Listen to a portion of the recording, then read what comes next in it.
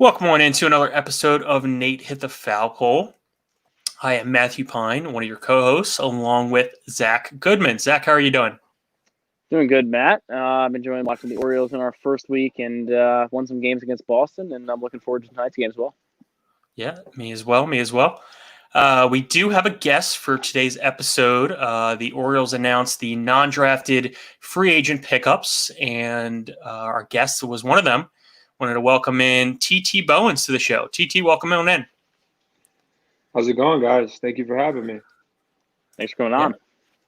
Appreciate it. So if you want to tell our audience how you first got interested into baseball as a kid. Yeah, so it's actually a pretty interesting story. So I actually originally loved football. Football was like all I ever loved, all I ever wanted to play. And when I played youth football, they had a weight limit. And in sixth grade, I was too big for the weight limit. So I couldn't play sixth, seventh, or eighth grade. So 3 years I couldn't play. So I decided to play baseball, not only in the spring, but then I started playing fall ball. And then I started playing in the summer to the point where by the time I got to high school, baseball was all I wanted to do. I was in love with baseball. And then from there on out, that was it. That's what I knew I wanted to do. And, you grew up in Connecticut. Some current big leaguers are from that state as well. We George Springer, a guy in the Orioles minor league system, Willie Yawn. Do you look up to players from Connecticut? Oh, definitely. I know George is like the guy that everyone looks at. Kids all over the country look up to him, let alone from Connecticut. And my assistant coach at Central, Coach George, all through like his probably from like when he was like 12 all the way till he went to UConn. And so he has a great relationship with him. He stays in contact with him.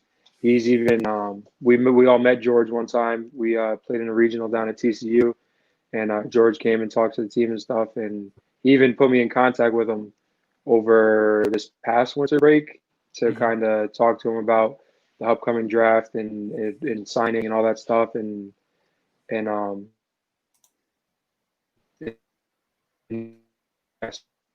so he's a great dude. School at so yeah, he's definitely someone that everyone looks up to and everyone strives to have a career like him. So TT, obviously you're coming from college. Have you heard about playing in the minors so far? What are you kind of looking forward to? Yeah, I've only heard great things. I have a bunch of friends who are in pro systems, and they love it. And I'm looking forward to. I've graduated. I finished school. I got my bachelor's, so now it's just baseball, and I'm really looking forward to just waking up every day and just going to the field. And that's my only priority is just playing baseball, working to get better, working to make it to the major leagues one day, and just not having any other things to really pay attention to. Really, just baseball is the only thing. No school, no anything like that. Just wake up every day and it's just baseball. Yeah, and so far, what do you know about the Orioles and the kind of rebuild that we're going through, and the kind of organization that we're building so far? Yeah, I know a lot about it. I mean, I'm actually very close with one of the hitting coaches, Ryan Fuller. I actually was hitting with him since last probably like November, December, and yeah, he's been tremendous. I love everything that he teaches. I love hitting with him all the time. And actually, leading up to the draft, he had no idea the Orioles were interested in me, and I know I was talking to him a lot about like signing or possibly going back to school and all that stuff. And so then once free agency came out and the Orioles were interested, I was able to talk to him for hours, and he was able to give me the full breakdown on what to expect and all the different coaches they have and their plans for the future. And it was all great. I loved everything they said. I had a couple meetings with all the new coaches and stuff, and I didn't see a more perfect fit for me and my future. So I was excited to join. And TT, with some of your decision making, going into the draft and then going to free agency after the draft, with the Orioles, did it factor into your decision that you could possibly move through the organization quickly? Yeah, that definitely played a part in a rebuilding organization where they're, like I said, bringing in new coaches and kind of want to restructure things. And with the new staff, this year's class of signees is definitely a huge part of it. So me and along with a bunch of other guys who signed are a huge part of the rebuilding process. And so it's good. It's a good feeling to know that, and definitely altered my decision to definitely lean more towards signing and getting right into a system. Yeah, then how quickly did this deal kind of come together? Can you kind of walk us through how a undrafted free agent deal comes about? Yeah, so this year, I mean, obviously, a lot of things this year were very different, and like so, free agent was different for this as well. So free agent deals weren't allowed to be discussed until 2 days after the draft.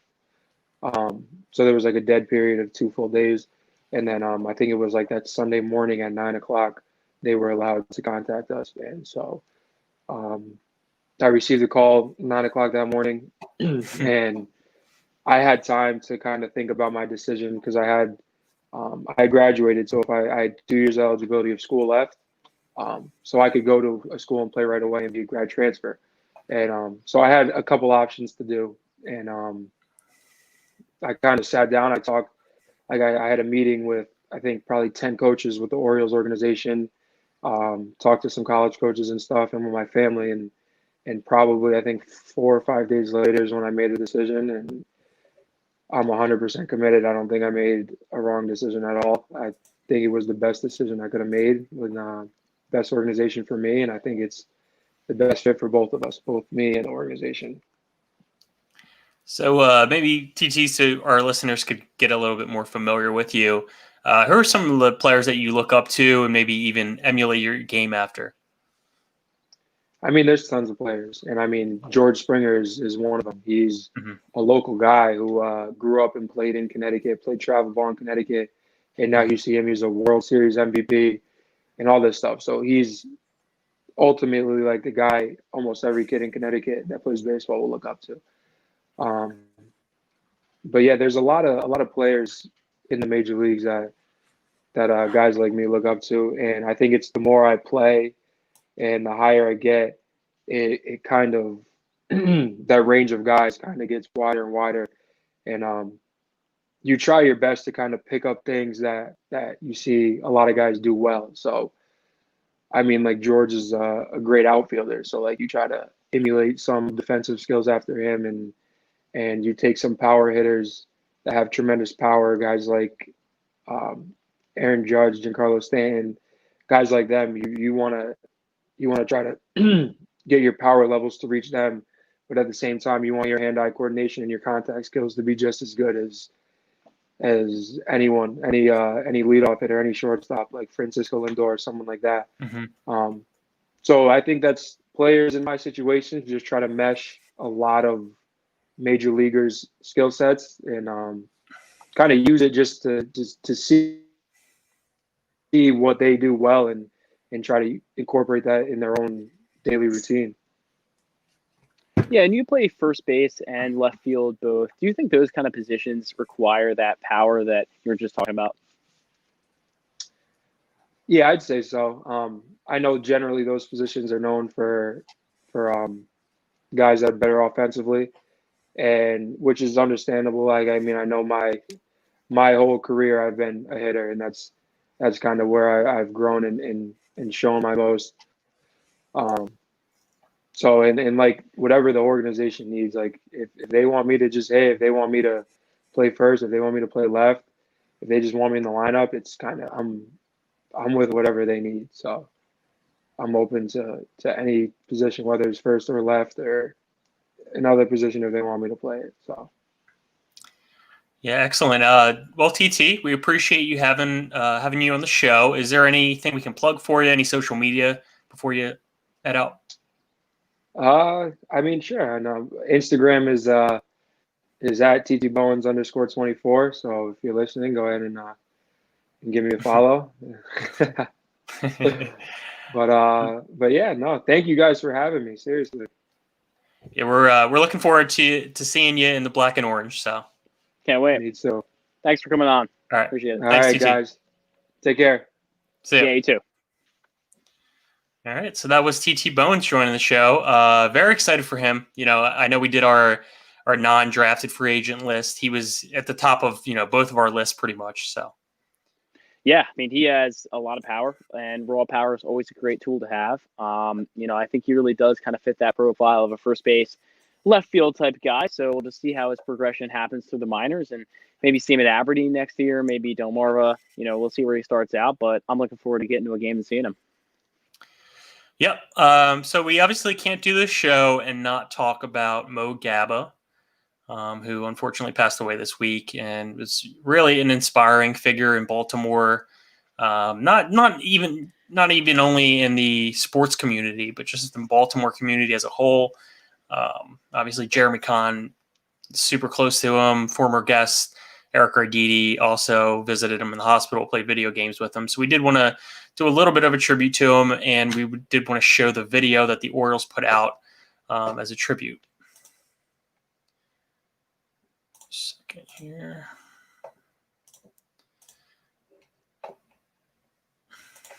Yeah, very special kid with us, Mo Gaba. He is a Baltimore sports celebrity of sorts, Mo. Longtime caller into 105.7 The Fan. It's your bird. Hey, Hope, you got him. Oriole bird! Adam!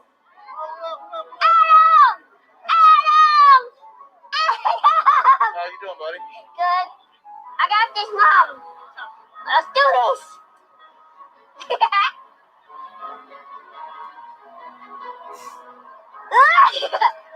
Let's do this! Play ball!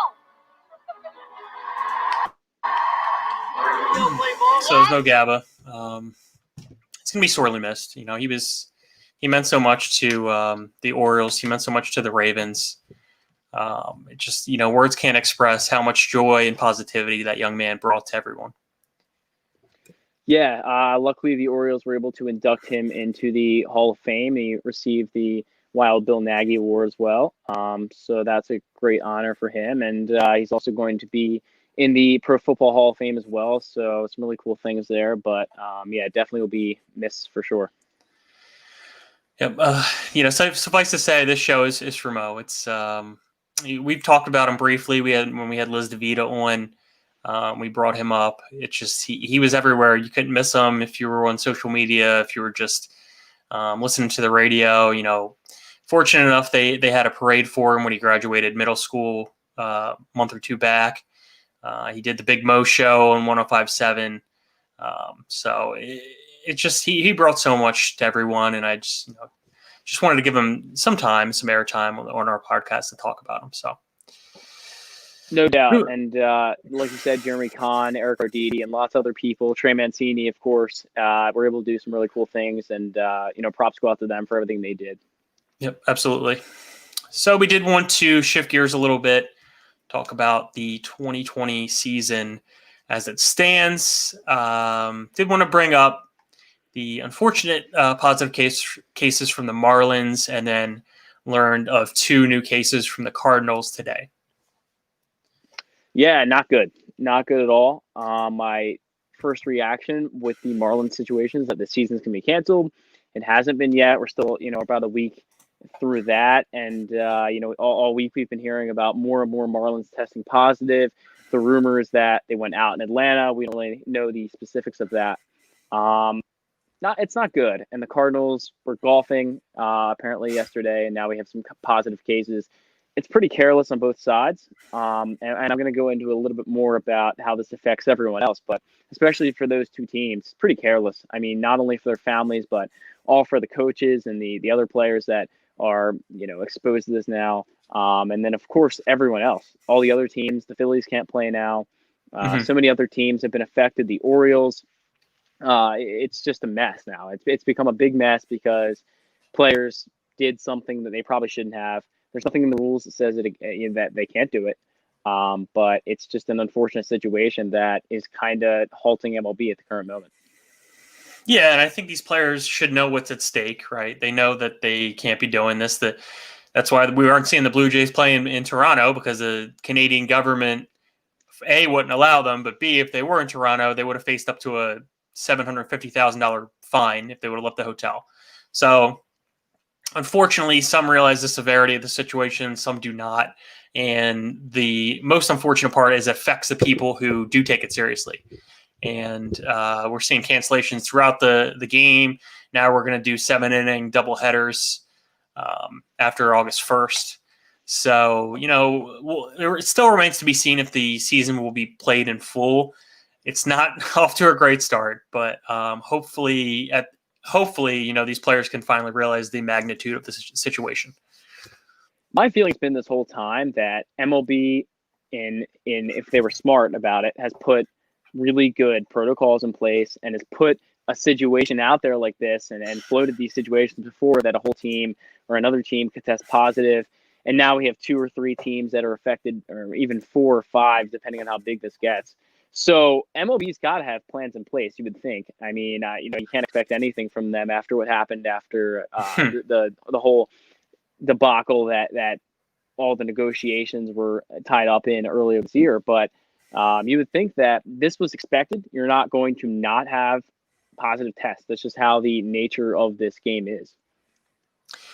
Yeah, they were to be expected. I think, the nightmare scenario is exactly what happened with the Marlins, where they had roughly 18 people test positive. Can't have that, because then it's going to be non-competitive, and we don't want to see all B teams playing. That's not really baseball, in my opinion. So it remains to be seen. Hopefully it gets sorted out. I know Chris Davis, and we'll talk about him in a bit, but he sat out a few games, and seems like the Orioles, at the very least, are taking every precaution they can. Yeah, the Orioles have done a good job. I think that you have to give a lot of credit to the entire staff there, because they have had no positive tests so far outside that when they've been playing. Obviously Santander and Smith did, but while they've been playing, everything's been really smooth. They've been not going out and doing stuff that they probably shouldn't be. I think if this season wants to survive, MLB will have to put some more protocols in place to make sure this survives, because right now we're not going to get through it if it's been a week and stuff like this is already happening. So maybe mandatory masks on the field is probably the first step that could be taken. Another step that could be taken is restricting the players' lives outside of baseball. Yeah. It just has to happen if all these players want to have this happen too. It's going to have to be an agreement that comes together. Obviously, no one's going to like it, but that's just the way it has to be, because we've seen how drastic the effects have been of players kind of misusing their time outside of baseball so far. Yep, well said. So moving specifically to the Orioles, we are off to a 2-3 start. Looked really promising coming out of Boston. And then the whole debacle with the Marlins, flying to Miami, then coming back to Baltimore. And lo and behold, because of the Marlins, we get to play the New York Yankees and talk about a slugfest for the last two games. It was brutal to watch. I didn't enjoy much of it. Last night was kind of fun at the end, but this has been a really, really brutal stretch of games in these 2 games against the Yankees. Garrett Cole, we only had about 3 hits off of him that entire game. Luckily, Dwight Smith was able to skyrocket his ERA at the end there with that bomb in the 7th. But these were pretty brutal games to watch. We didn't pitch well. We didn't hit well. Most of our guys, speaking, purely in a 4-game sample size, haven't done that well, unfortunately. Our best hitters in Hayes and Santander and a few others have gotten off to slow starts, so that hasn't helped. And the pitching has kind of been spotty. We'll see what tonight we can get from Alex Cobb, but it hasn't been the easiest stretch of games for us. Yeah, and I think the crazy part to me is Rio Ruiz has been off to a blazing start. I almost wish that it wasn't a 60-game season so we could see what this looks like over a full season. But he's been great. He's been hitting off righties. He's been hitting off lefties. It looks like a completely new player. Yeah, opened up his stance a little bit. He's crouching down a little bit more. He's kind of got a whole new thing going on, new swing. I never really liked the swing last year, and it looks much better this year. Definitely more refined. He's definitely taking the barrel of the ball a lot more, which is good to see. He's hitting the ball really hard, like you said, already 3 home runs. He's definitely been the standout hitter on this team so far, and he'll probably keep getting opportunities in the 3 or 4 spot going forward. But this is a a difference in Rio. I mean, this is not the same Rio. We were promised that. Rio said that he bulked up and changed a few things. So it's exciting to see those improvements. Yeah, and the Orioles were off to fairly good starts pitching wise in the Boston series. That could be the Boston lineup, or that could just be, Alex Cobb is that good when he's not injured. Obviously, not what you want to see from John Means last night. Had a horrendous first inning, really settled down after the first inning, and he's up to 96. So I don't know what to think. He's pitching with better stuff, but he can't control it. Who knows what's going on? So yeah. So my take on Means last night was that he was horrible. As far as the stat line goes, he looked really bad on paper. You can look at this outing and say, man, that was horrible. He only pitched 2 1/3, gave up 5 runs. But the nice part about this outing, if you watched it, was that he had incredible stuff. I mean, this is the best stuff John Means had pretty much his entire career. He was locating the fastball pretty spotty. He wasn't great with that, but he was throwing it 96 up in the zone, which is just not too many guys are going to hit that out. His curveball looked really good, which we noted earlier in the year that if he wants to compete at this major league level and stay where he was last year at the All-Star level, he's going to have to get a third pitch. And that curveball was just perfect last night. Looked great. They didn't hit much off that at all. It was pretty much all the runs came off unlocated fastballs. But I thought he looked really good. He didn't even have to use the changeup that much. After the first inning, like you said, kind of settled down. I think his next start, you'll see a completely different Means, and the stat line look a lot better. So now that we're 6 or 7 days / games into the season, we're seeing guys like Dalton Varsho come up, Nate Pearson, and now Nick Madrigal with the White Sox. Where the heck is Ryan Mountcastle? Well, I'm not happy about this one, Matt. I think you know that already, but I'm not very pleased that Mountcastle is still in the minors. This is the right decision for the organization to keep him down for the 6 games. We gained that extra year of service time. We're past that now. That's water under the bridge. Mountcastle is eligible to come up and have that extra year now. And there's no reason he shouldn't be up. There really is not one reason that he isn't here. You can say defense all you want. I don't think his defense between 2 weeks from now is really going to get that much better. He is what he is at this point. We need that bat in the lineup more than probably any team. He's a total game changer in the middle of the lineup. He's a 4-3 hitter. We need the bat right now, and the fact that he's not here is pretty disappointing to me. Yeah, I mean, obviously you argue service time, but once the service time is passed, it's kind of unclear. I think this year, not being a full season, you can't really get a full scope of what he would have looked like, but he's got to get his reps. I mean, he can't be sitting there not really doing much. So I am, a little bit, I'm not as peeved as you are. I think in due time he will come up and perform, but I do want to see him get his reps. I want to see him. It's an exciting new face, for us fans who are kind of used to the same old lineups and this, fairly mediocre, run production that we've had. It would be nice to see Ryan Mountcastle come up and kind of light a spark. Yeah, I think my disappointment really stems from the fact that this guy's been in our minors for 5 years, and every year for the past maybe 2 or 3, I thought, okay, this is the year he's going to come up. This year he's going to make the difference. Obviously, I think the defensive questions and maybe even some plate discipline questions are the reason that he's not here yet. But you just got to put that all aside at this point because he's probably going to be the best hitter on this team when he does come up. Yep. So moving on to a little who's hot and who's not through the first 5 games. I know you probably have somebody in mind for who's not, but I will start with who's hot. I'm going to take a pitcher and I'm going to take a hitter. For my pitcher, I'm going to say Travis Lakins, who's actually looked pretty good. He's second on the team in strikeouts right now. I know he came in sort of in a long relief role. I believe it was either last night or the night before, but he's been, a pleasant surprise. And I think if you want to see a swing man on this team, he might be your guy. Yeah, I like that a lot. I mean, I think that's that's a pretty good explanation of what he's done. I mean, had a really nice curve last night.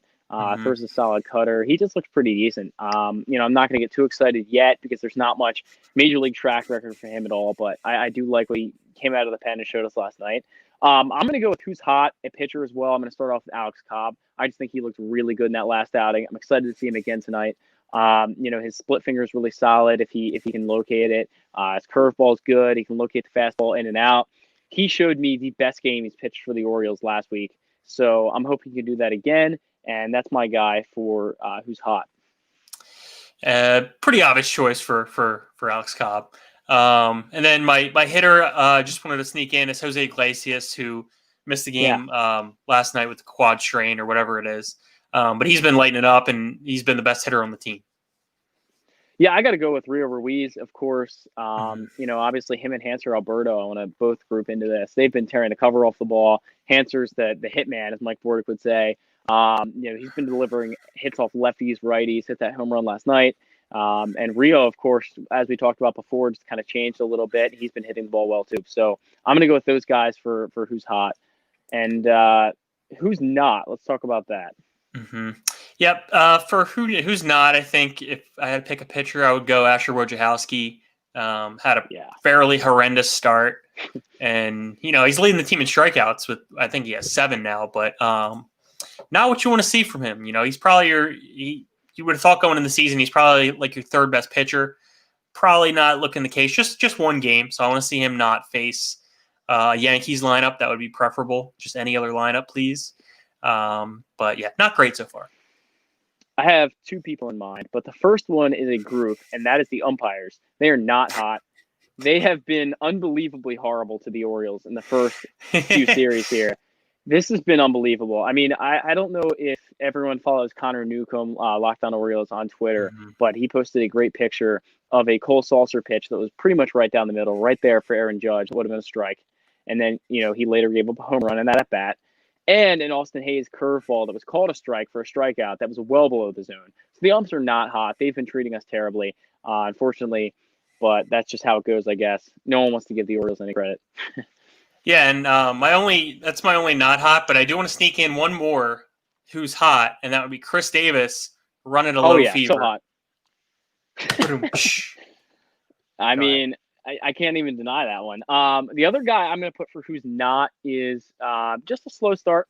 Not going to read too much into it, but Austin Hayes. Also a little bit of a slow start. It very much saddens me to say this. He's my Rookie of the Year pick, but I got to say it.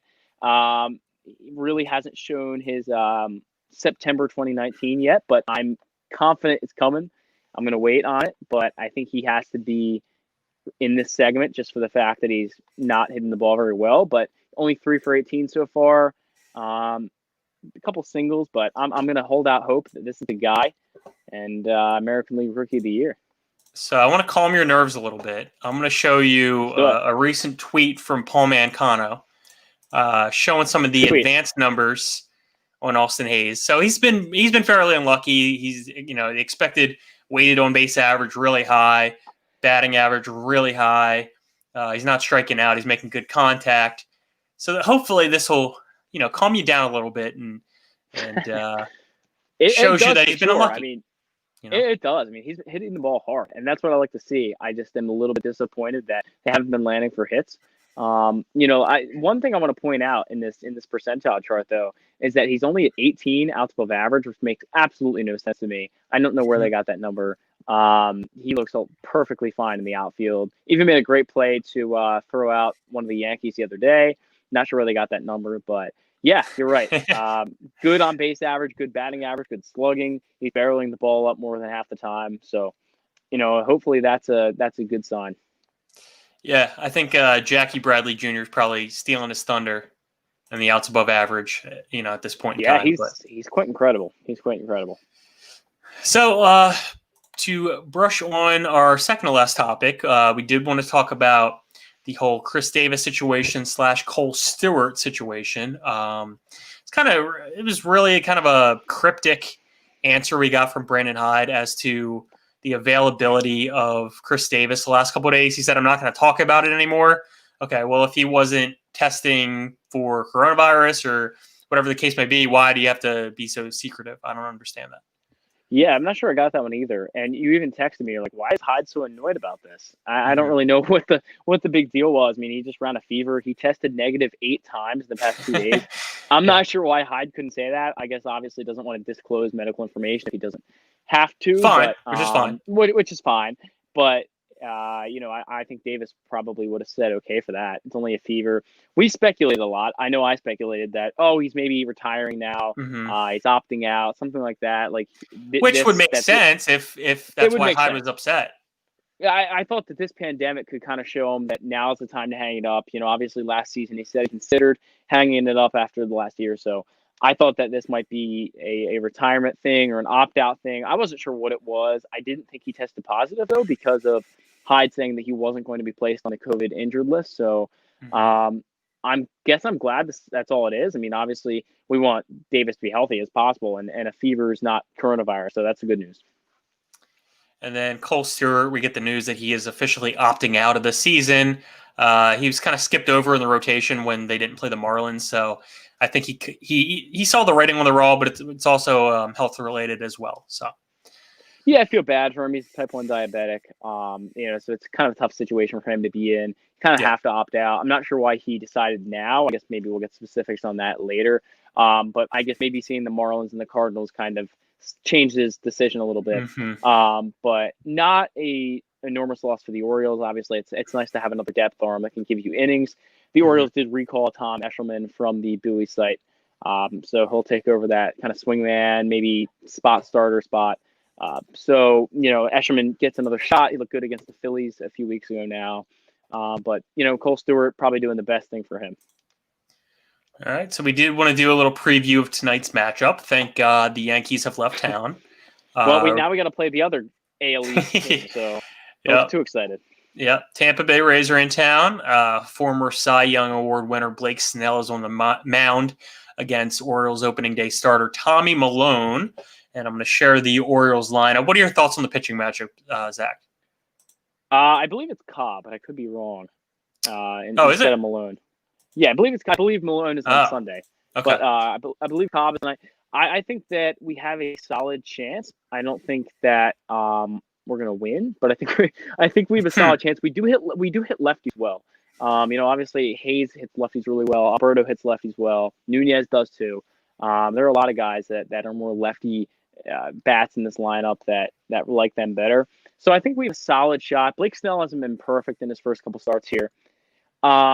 The lineup looks pretty average to me. Obviously, without Iglesias, he's still got the quad tightness. But Alex Cobb, definitely looking for another good inning out of him.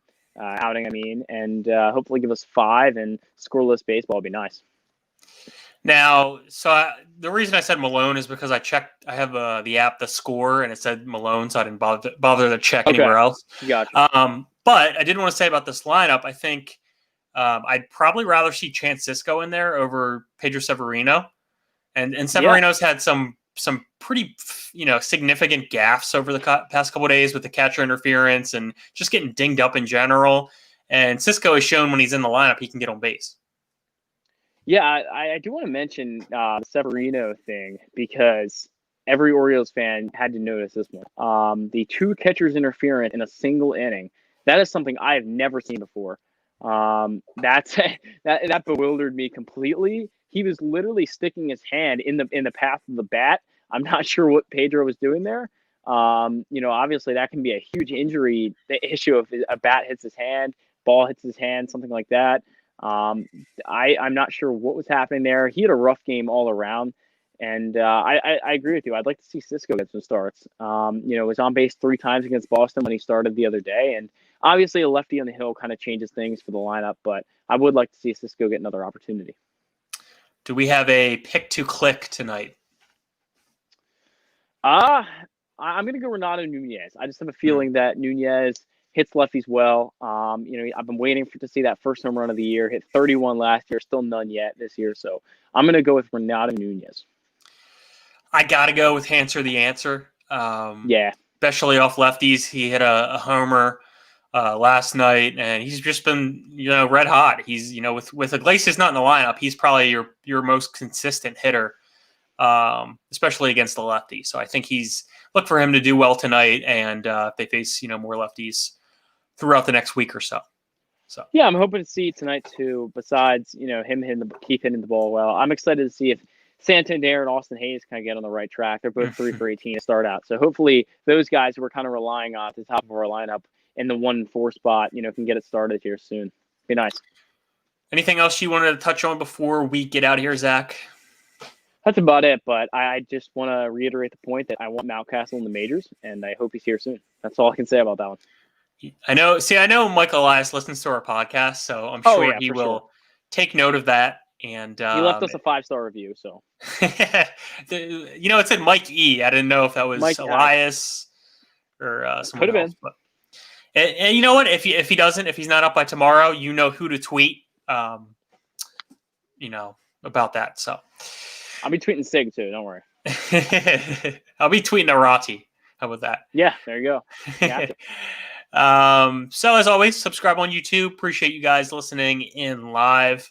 Feel free to comment along on our live broadcast. We're going to be doing these every Friday, previewing every game. As long as the season goes, we will be here no matter what. And please, like Zach alluded to, please leave us a 5-star review on iTunes. We greatly appreciate it. Just want to do a quick plug. Hope our friend Justin, we wish him well. Thank you so much for listening, and we will talk to you next week.